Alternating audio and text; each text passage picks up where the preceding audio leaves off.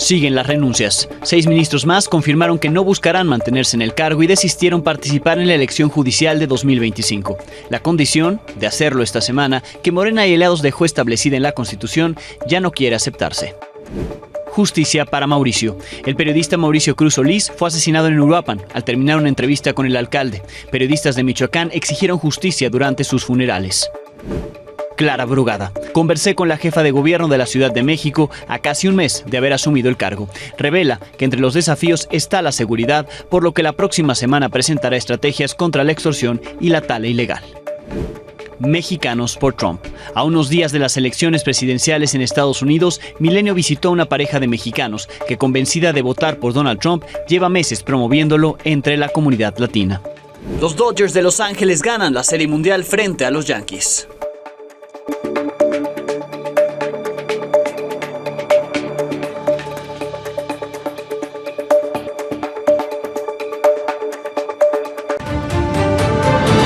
Buenas noches. Hace unos minutos renunció voy a corregir la información. Hoy se presentaron 6 nuevas renuncias de ministros de la Corte, sumándose a las 2, las de Jorge Mario Pardo Rebolledo, que ayer le contaba, y la del ministro Alfredo Gutiérrez Ortiz Mena.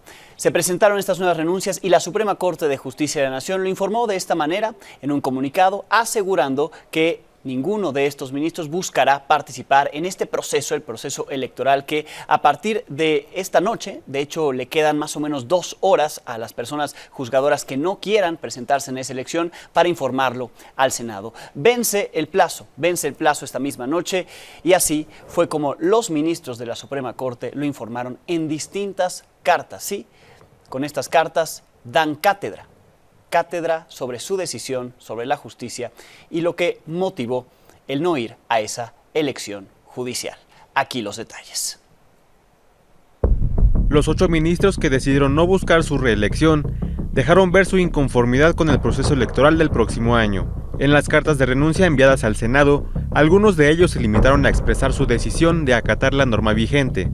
Expreso a ese Senado de la República mi declinación a la candidatura al proceso electoral extraordinario, de modo que presento a esa soberanía mi formal renuncia al cargo, tal como indica el artículo 7º, segundo párrafo, de la referida reforma constitucional. Hago de su conocimiento mi declinación para participar en el proceso electoral extraordinario. En consecuencia, tal como lo exige el párrafo 2º del artículo 7º transitorio de la reforma citada, presento mi renuncia anticipada. Los ministros Gutiérrez Ortiz Mena y Pardo Rebolledo fueron los primeros en hacer pública su declinación el martes, aclarando que esto no implica estar de acuerdo con la reforma judicial. La función no consiste en validar la voluntad de las mayorías, sino en resguardar los derechos de quienes más lo necesitan. Esta renuncia no implica una aceptación tácita de la constitucionalidad de la reforma. Después de más de 40 años de carrera judicial, sin que implique un acto de claudicación o conformidad de mi parte, presento mi renuncia no como un acto de conveniencia, sino de congruencia personal. La ministra presidenta Norma Piña dijo que esta decisión es un acto de congruencia, mientras la ministra Margarita Ríos renunció a su haber de retiro. Declino mi candidatura para participar en la elección extraordinaria. Esta renuncia no implica mi conformidad con la separación del cargo, sino un acto de congruencia y respeto al texto constitucional que hoy nos rige. Hacer guardar la Constitución implica preservar su esencia republicana de sano equilibrio y separación de poderes autónomos entre sí. La reforma impone una disyuntiva impropia. Entonces, presento mi renuncia. Sin embargo, opto por no aceptar el pago de la cantidad de dinero mensual a la que tengo derecho como futura integrante en retiro de este Tribunal Constitucional. El ministro Juan Luis González Alcántara dio cátedra de lo que, a su consideración, representa la reforma que los llevó a tomar esta decisión. Confiaba en un sistema de instituciones de frenos y contrapesos. No participaré en un proceso donde me vea orillado a realizar promesas que sé que no podré cumplir, que impliquen una renuncia a mi promesa de ejercer el cargo mirando únicamente a la Constitución, a los hechos del caso y no a los clamores de las mayorías. También se pronunció el ministro Luis María Aguilar, el único que deja el cargo antes de lo que establece la reforma. Todo ciclo se cierra, y más cuando el legislador ha determinado modificar algunas normas de nuestra Constitución. Presento a esa soberanía mi formal renuncia en la inteligencia de que habré de entregar el cargo el 30 de noviembre de 2024. Para Milenio Noticias, Mario García Toribio. Entre estas cartas, la de la ministra Margarita Ríos Farjat especifica que ella no busca recibir ese haber de retiro, que tanto ha sido criticado por Morena, por el Legislativo y por el Ejecutivo. Hoy, de hecho, el presidente del Senado, Gerardo Fernández Noroña, volvió a amenazar en que podría no aceptar las renuncias de los ministros porque insiste en que esa es facultad del Senado, aunque en la reforma que aprobaron no mencionan que tenga que ser aceptadas por el Senado en el caso que se presenten esta semana antes de que venza el plazo para anunciar que no participarán. Así insistió Fernández Noroña. ¿Por qué no van a aceptar las renuncias? Que no he dicho que no las vayamos a aceptar. No he dicho eso, he dicho que podríamos no, que es diferente. Podrían no. Para la presidenta Claudia Sheinbaum, su renuncia tiene que ver con el haber de retiro. Es lo que motiva, dice la presidenta, que se estén presentando ahora mismo las renuncias de los ministros, pero ella sí reconoce que es un derecho que tienen porque ahí está en la Constitución. Pueden no estar de acuerdo y también pueden tomar la decisión, como lo dice la Constitución, de renunciar. Están en todo su derecho y además es legal y es parte de la reforma constitucional. Pero lo que les estoy planteando es por qué la plantean en este marco.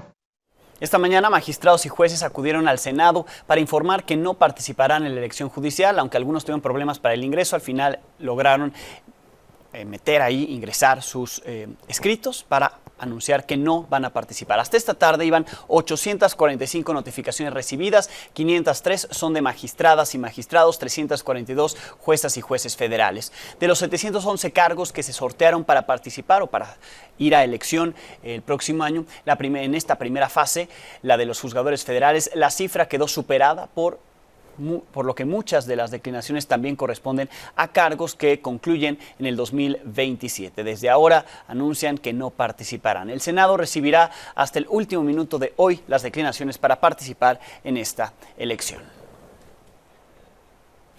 Mientras todo esto ocurre, la Cámara de Diputados aprobó la reforma de supremacía constitucional. Morena y aliados, como es ya costumbre, en esta legislatura impusieron su mayoría, defendieron la reforma a pesar de las protestas de la oposición que la calificaron como la muerte de la Constitución. La crónica es de Fernando Damián. Entre protestas de la oposición con lápidas y veladoras por lo que calificaron como la muerte de la Constitución y el Estado de Derecho, el Pleno de la Cámara de Diputados aprobó la reforma que hace improcedente cualquier impugnación contra cambios y adiciones a la Carta Magna.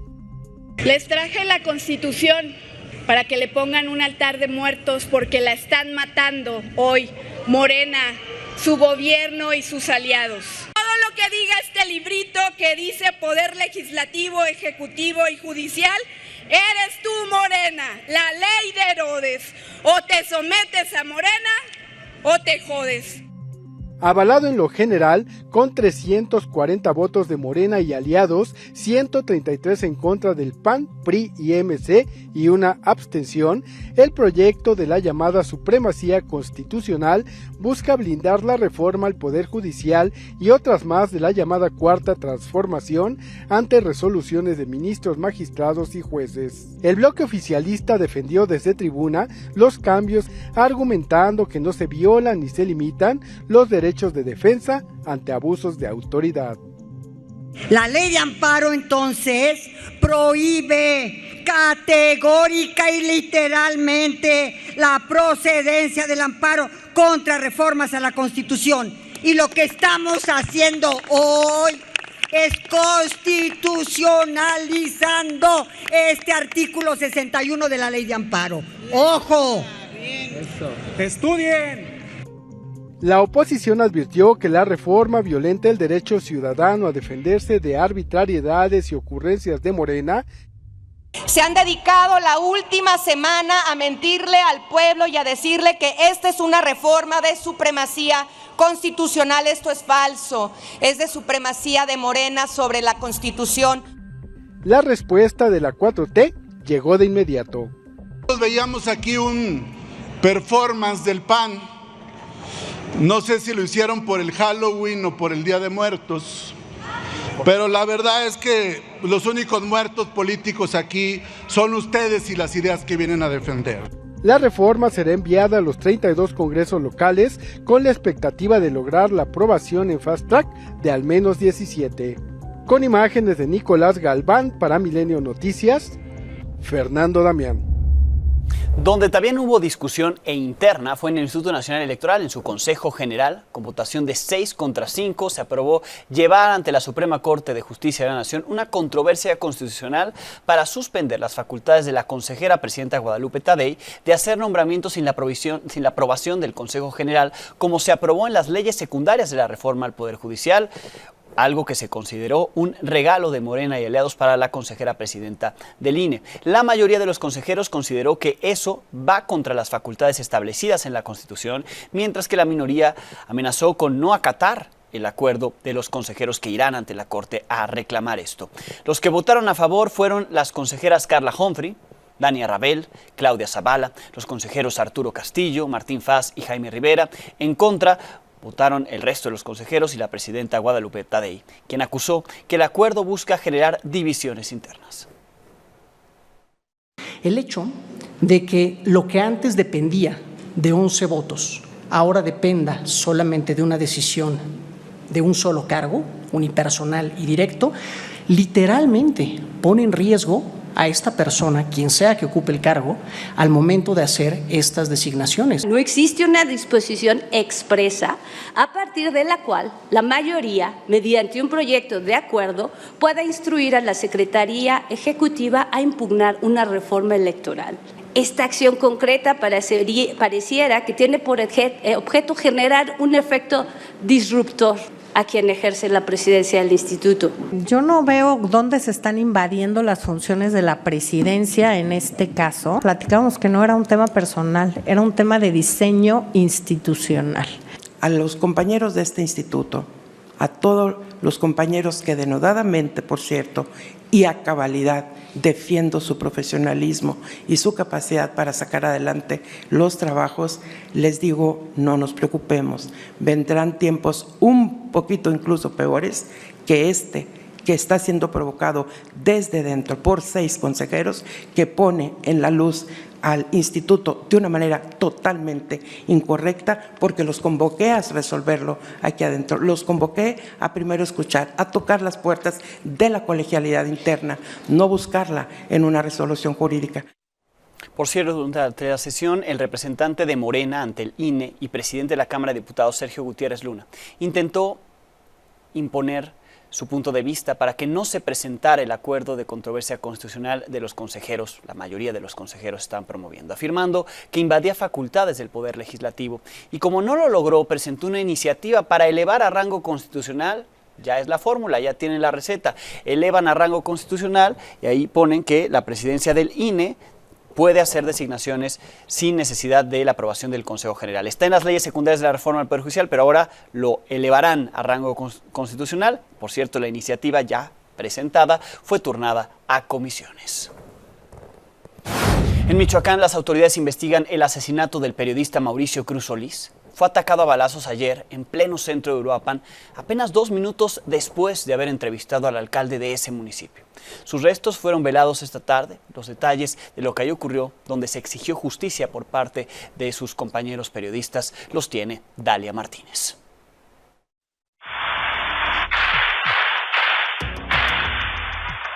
Esas imágenes y sonidos dan cuenta del asesinato del periodista Mario Cruz Solís en pleno centro de Uruapan, Michoacán, minutos después de haber concluido una entrevista en vivo con el alcalde de esta localidad, Carlos Manso Rodríguez.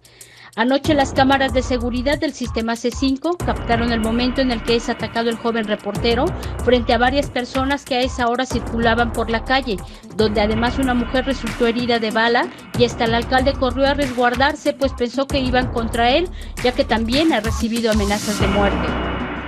Cuando se escuchan los disparos, alrededor de 4 o 5 disparos, pues no sabíamos qué es lo que estaba pasando, pensábamos que era un ataque hacia nosotros. Hasta después supimos que habían ejecutado a Mauricio. Exigió al mismo tiempo que intervenga el gobierno federal y estatal para esclarecer el crimen del reportero y otros hechos de violencia que han ocurrido en los últimos días en esta ciudad, sede de una pujante industria aguacatera. El gremio periodístico en Michoacán también pide justicia. De verdad que es doloroso, esperemos que el gobernador y la justicia hagan su trabajo porque de verdad es muy doloroso esto que estamos viviendo. Pero la violencia que viven los periodistas en la zona la padecen desde que inició la administración del alcalde Carlos Manzo, porque él y sus funcionarios culpan a la prensa de dar una imagen irreal de lo que se vive en Uruapan. Y vienen noticias porque tenemos cuidado el tema de no estar pagando tanto a los medios, y los medios son los que están publicando lo malo que pasa, porque en todas las ciudades pasan cosas malas. La percepción de la ciudadanía es mucho mejor. Mauricio Cruz Solís se ha convertido este martes en el primer periodista asesinado en el sexenio de la presidenta Claudia Sheinbaum, pero en Michoacán han matado a 14 periodistas desde el 2006 a la fecha. El cuerpo del joven reportero Mauricio Cruz fue velado este miércoles al mediodía en la capilla de la localidad y más tarde fue sepultado. Para Milenio Noticias, Dalia Martínez. Gente, muy buenas noches. Descansen, Dios los bendiga. Aquí vamos a estar muy al pendiente, aquí vamos a recorrer las calles de Uruapan para ver qué nos encontramos por ahí.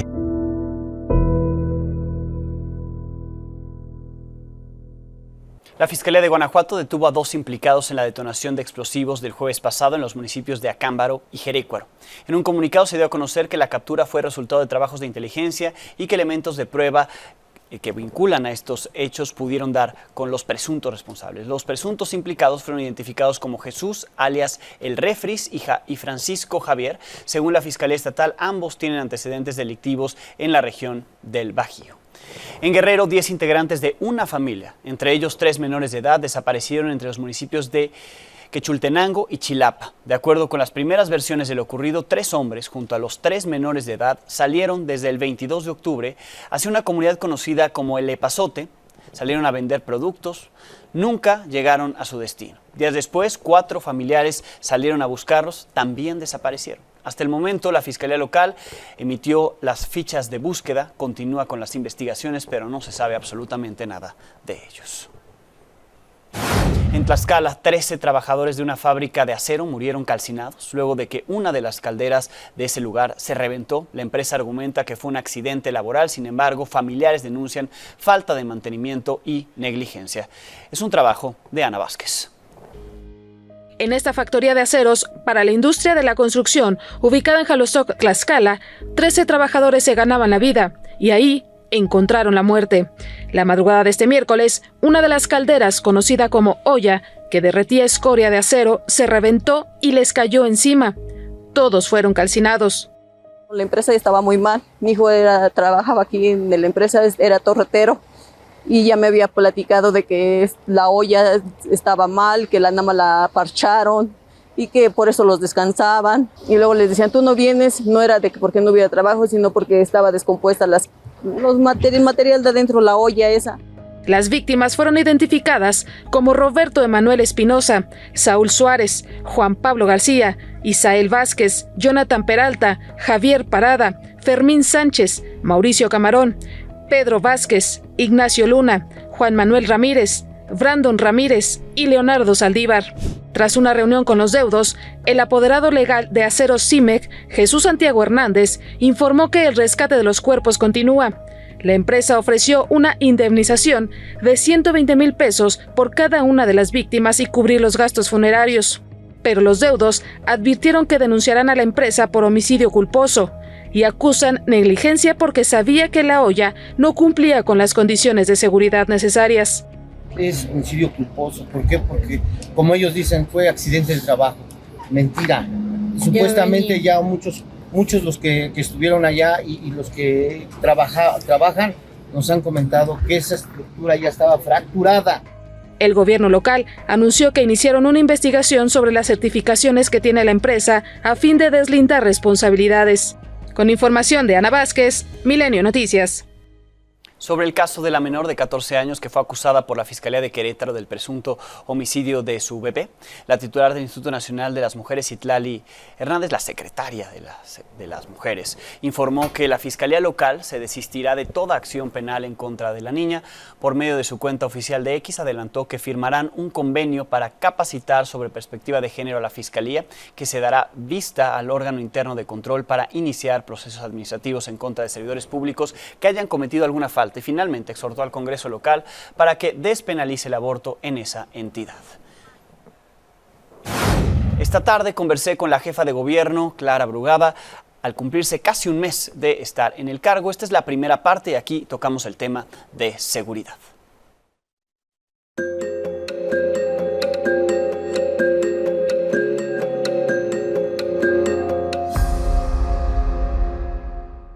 La jefa de gobierno, Clara Brugada, a punto de cumplir un mes en el cargo. ¿Cómo va la ciudad? Muchas gracias por el tiempo.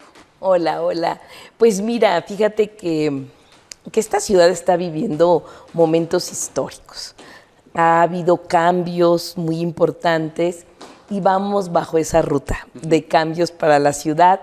¿Cuáles son esos desafíos, los principales temas que habrá que atender? Bueno, pues como siempre he dicho, un tema que no podemos descansar de estar atentos, haciendo estrategias y organizando que esta ciudad funcione de manera segura. Ese es el tema uno, seguridad. Todas las mañanas, muy temprano, me reúno con todos los integrantes del Gabinete de Seguridad, que son los distintos niveles de gobierno, y nos permite hacer una estrategia, estar evaluando, teniendo diagnósticos y definiendo. O sea, el tema de seguridad es el número uno y eso implica nuestro tiempo. Han ocurrido algunos eventos, un tiroteo acá en el centro histórico, un asesinato lamentablemente en Viaducto. ¿Qué tan grave es el tema de inseguridad en la capital del país, con las dificultades que tiene este monstruo que es nuestra ciudad capital? ¿Y cómo está haciendo frente a esto? Me hablaba de las reuniones de gabinete desde temprano. ¿Qué tipo de delitos son los que preocupan actualmente y que se atenderán? Bueno, mira, la ciudad viene bajando en su incidencia delictiva de los delitos de alto impacto. Desde el 2018 a la fecha se ha bajado 56%, casi el 60% de delitos de alto impacto. Estas son palabras mayores, es decir, ha venido bajando, disminuyendo las denuncias de delitos de alto impacto. ¿Cuáles son los delitos de alto impacto? Homicidios, lesiones dolosas, robos con violencia, etcétera. Sin embargo, aun cuando viene disminuyendo, tenemos otro elemento que es la percepción. Sí. Aunque venga disminuyendo, la gente se siente insegura. Pero en el 2018, el 92% de la población se sentía insegura. Sí, sí. Hoy el 56% se siente insegura. Es decir, ha bajado mucho. Okay. Y entonces, ¿cuál es nuestro objetivo? Que sigan bajando tanto los delitos como la percepción. Entonces, obviamente, en algunas zonas se pueden desatar momentos difíciles, pero aquí lo importante es que actuemos, que no haya impunidad. Y no va a haber impunidad en estos casos que mencionas. Sí, porque también la gente que en algunas zonas, no en toda la ciudad, no es víctima de extorsión, por ejemplo, ¿no? Estas amenazas, no tiene que pagar cierta cuota. Pues fíjate que ese tema de la extorsión es un tema muy importante en la ciudad. Tan importante que en los próximos días estaré presentando una estrategia contra la extorsión, que va desde lo legislativo hasta campañas concretas de prevención. Y no solo eso, sino que solicitando que en la Cámara de Diputados y el Senado se apruebe estas reformas para convertir la extorsión en delito grave. De tal manera que hoy con lo que tenemos, pues aunque se detengan a las personas, no está considerado como delito grave. Entonces, tenemos ideas muy buenas que las vamos a presentar en los próximos días contra la extorsión. Entonces, allí tenemos que hacer reformas legislativas y campañas de prevención y hacer un trabajo para atender aquellos lugares en donde sabemos que se está extorsionando, que hay cobro de piso, que los comerciantes sufren. Entonces, vamos a entrar como prioridad. La continuidad dentro del gobierno funciona. Sí, la verdad es que el equipo de seguridad que tiene la ciudad, pues no es un equipo nuevo, es un equipo que viene trabajando desde hace 6 años y que obviamente que ha funcionado el modelo de cómo trabajar y convertir a la ciudad en una ciudad más segura cada día. Y vamos a profundizar a digamos, el trabajo de la policía, a una policía muy territorial. Vamos a hacer que funcionen los módulos de policía en cada colonia. Todo eso es lo que vamos a hacer. Vamos a fortalecer tecnología, vamos a fortalecer inteligencia y vamos a seguir apostándole a que el tema de seguridad debe ser el número 1. Sí, se dio una explicación de lo ocurrido el fin de semana, hubo una manifestación y justo la policía capitalina intervino ahí para poder...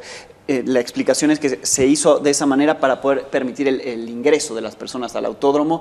¿Qué pasó por la jefa de gobierno cuando vio esas primeras imágenes, que luego ya terminó en una explicación? Y se lo pregunto porque en la última entrevista usted me platicaba de su vida, de su historia de vida, que también estuvo protestando muchas veces, ¿no? Fue una necesidad. ¿Qué fue lo primero que pensó cuando vio eso y luego cómo todo se fue aclarando? Bueno, en primera, yo considero que esta es una ciudad de derechos, de libertades, que las manifestaciones en esta ciudad son muchas todos los días y que esta ciudad va a continuar bajo esa dinámica de respetar los derechos de la población. Pero a veces se contraponen algunos derechos. El derecho a manifestarse, a protestar, y por otro lado el derecho a vivir un evento deportivo de primera, internacional, en fin. Son 2 derechos, derecho a libre tránsito, derecho a poder vivir pacíficamente en un evento deportivo. Entonces, ¿qué hacemos cuando 2 derechos están así? Pues el papel de la autoridad es garantizar los 2 derechos. Entonces, ¿qué fue lo que se hizo? Se garantizó que no se interrumpiera el evento, que no se tomaran las avenidas, que hubiera libertad para continuar con el evento deportivo durante un poco tiempo y ya después se permitió que durante 10 horas continuaran las manifestaciones y las expresiones que tienen las personas que están en contra de las reformas al Poder Judicial. Es decir, en ningún momento hubo represión, ni hubo un tema allí de forcejeo, de golpes, nada. Se logró garantizar ambos derechos sin usar la fuerza. Y conviviendo. Entonces, claro que traten de utilizar políticamente, es otra cosa. Esto es lo ¿No que le pasó. preocupó el momento de ver la imagen y luego ya se tuvo que aclarar? O sea, creo que el problema justamente cuando tratan de politizar un tema, escogen la peor imagen y bueno, ¿no? Y tenemos que aclarar porque yo no quiero que quede en la ciudad de que hubo represión o de que se impidió las manifestaciones. Mañana la segunda parte, pausa y volvemos.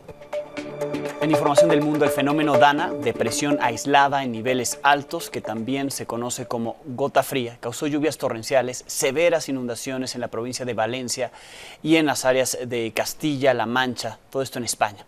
Hay más de 90 muertos, hay daños materiales incuantificables. El gobierno, que pondrá todos los recursos necesarios para apoyar a los damnificados, decretó 3 días de luto.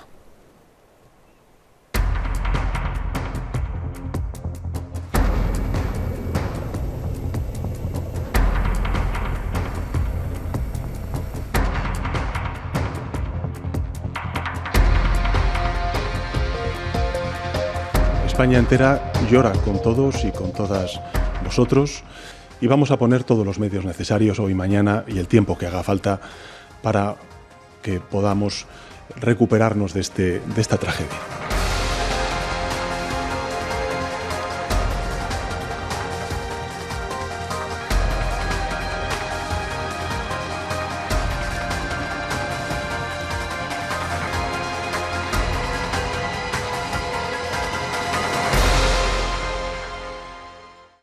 Faltan solo unos días para la elección en Estados Unidos y seguimos visitando a los mexicanos que pueden votar allá. Esta es una familia, una pareja de mexicanos que ya tomó la decisión, y de hecho desde hace meses, de votar por Donald Trump y hasta lo promueven con otros latinos. Este es un trabajo de Alicia Mireles. Este matrimonio mexicano que va a las urnas de Estados Unidos el próximo 5 de noviembre ha decidido dejar de lado la indignación y las ofensas provocadas por los dichos de Donald Trump para ejercer, como ellos lo han nombrado, un voto racional, enfocado hacia un aspecto básico como la economía, ya que están seguros de que si el republicano vuelve a la Casa Blanca, este aspecto va a mejorar. Cuando estaba Donald Trump, yo me acuerdo cuánto pagaba de renta. Y ahorita lo que pago es el doble. Edgar y María Ambriz son un matrimonio de origen mexicano con ciudadanía estadounidense. Tienen una empresa que provee de productos startups y desde esa experiencia están convencidos de que la economía estaba mejor con Donald Trump, por lo que este 5 de noviembre le darán su voto. Sí, el súper para nosotros dos era hace 2-3 años eran, no sé, $200, por ejemplo. Y lo que yo compraba con $200, hoy ya no lo puedo comprar. Incluso en el tema laboral, aseguran que han vivido la diferencia entre ambos partidos. Cuando estuvo Barack Obama, yo estuve aquí, no pude encontrar trabajo. Entonces me tuve que regresar a México a hacer la maestría porque no pude encontrar trabajo. Y justo cuando estaba Donald Trump, yo pude ejercer con mi profesión aquí en Estados Unidos. Edgar y María aseguran que más que votar por el candidato, ellos apoyan al Partido Republicano, ya que se identifican más con sus ideales. Si tú me hablas del Trump de hace 8 años, no es el mismo Trump que estamos viendo ahorita. No es la misma persona. Ha cambiado su speech, también sus hechos, y eso ha ganado mi voto. Y aunque no están de acuerdo con los dichos de Trump sobre la comunidad hispana, para ellos bien vale hacer de lado lo que consideran un aspecto emocional en busca de mejorar en otras áreas. Es difícil, pero en esta elección, por todas las cosas que nosotros estamos viviendo actualmente y por la afección real que nosotros hemos tenido, pues es una decisión racional en este momento, no es tanto emocional. O sea, yo puedo hacer mis emociones y mis ofensas a un lado y de verdad ver un futuro. Para Milenio Noticias, Alicia Mireles.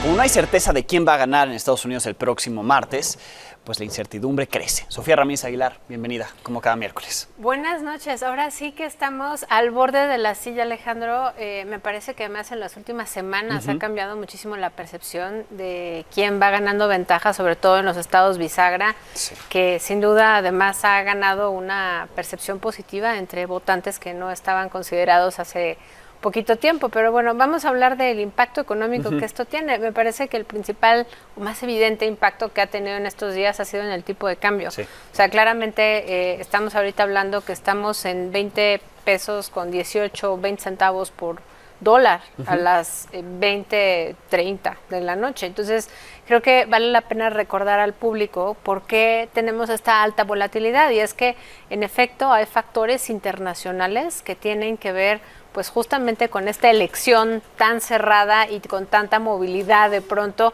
en Estados Unidos, que es nuestro principal socio comercial. En este caso, pues más del 80% de lo que le vendemos al mundo y 40% de lo que México le compra al mundo viene de Estados Unidos y va hacia Estados Unidos. Entonces, muy importante ese factor. El otro es pues el factor interno. Al final del día, si bien el tipo de cambio, digamos, es solamente un efecto de corto plazo, pues desde el punto de vista de las finanzas públicas, desde el punto de vista de la reforma al Poder Judicial, de la falta de mecanismos de resolución de pues controversias nacionales, es un mal momento para la inversión privada, sobre todo considerando que la inversión privada es 90% de la inversión que llega a México. Entonces tenemos factores externos, tenemos factores internos, tenemos todavía esta iniciativa que se prevé que se vaya a discutir a la par que el presupuesto, donde se busca desaparecer a muchos de los autónomos reguladores, COFESE, IFT, la CRE, CNH y demás. Entonces, si a eso le sumamos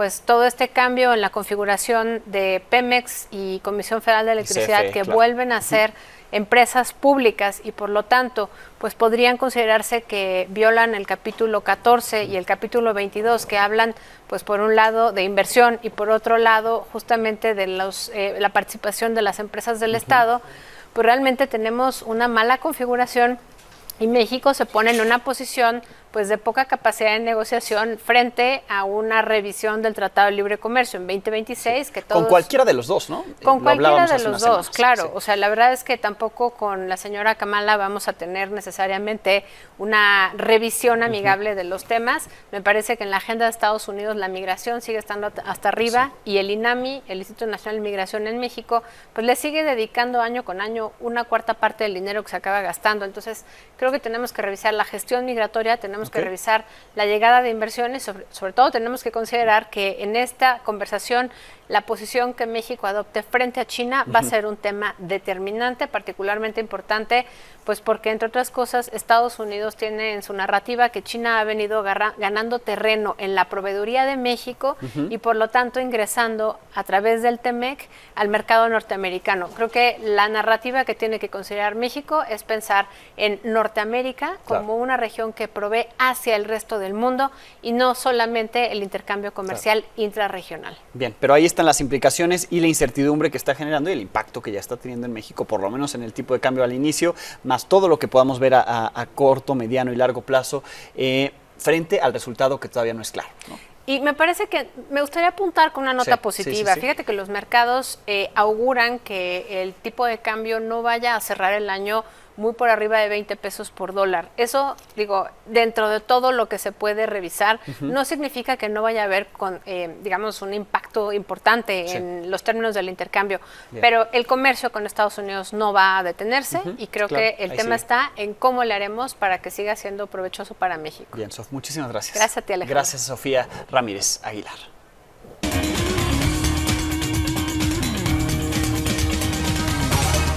Los Dodgers se llevaron la Serie Mundial. Minelia Taide, buenas noches. Muy buenas noches, Alex. Así es, los Dodgers se repusieron de una desventaja de 5 carreras para vencer 7-6 a los Yankees de Nueva York y coronarse así por octava ocasión en su historia. Un error mental del pitcher Jerry Cole en el quinto inning, quien no cubrió la primera base, le abrió las puertas a la reacción de Los Ángeles, que le dieron la vuelta al juego con 2 rayitas más en el octavo episodio. De esta manera, los Dodgers honraron con el título al gran Fernando Valenzuela, fallecido hace algunos días. Y bueno, antes del inicio del Clásico de Otoño, recordemos, se dio todo este tema de Fernando Valenzuela y lo honraron con un parche también los Dodgers en su camisa. Ahí lo tienen, el número 34.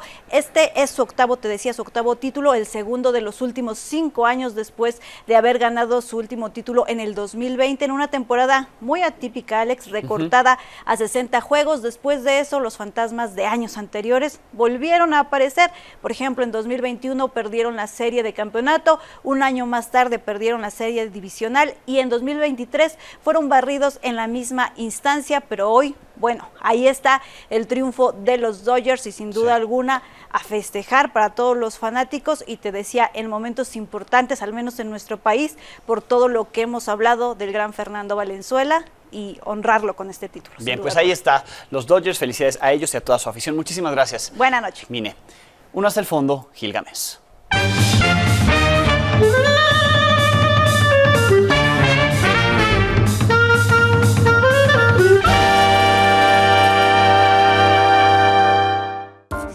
No hay peor ciego que el que quiere ver, dice Gil Gámez. Morena ha ejercido en el Senado su mayoría para aprobar a toda prisa el más reciente de los delirantes cambios constitucionales del oficialismo, el blindaje de la reforma judicial. En el futuro, no se podrá impugnar mediante amparo, controversia o acción de inconstitucionalidad las reformas avaladas por el Parlamento.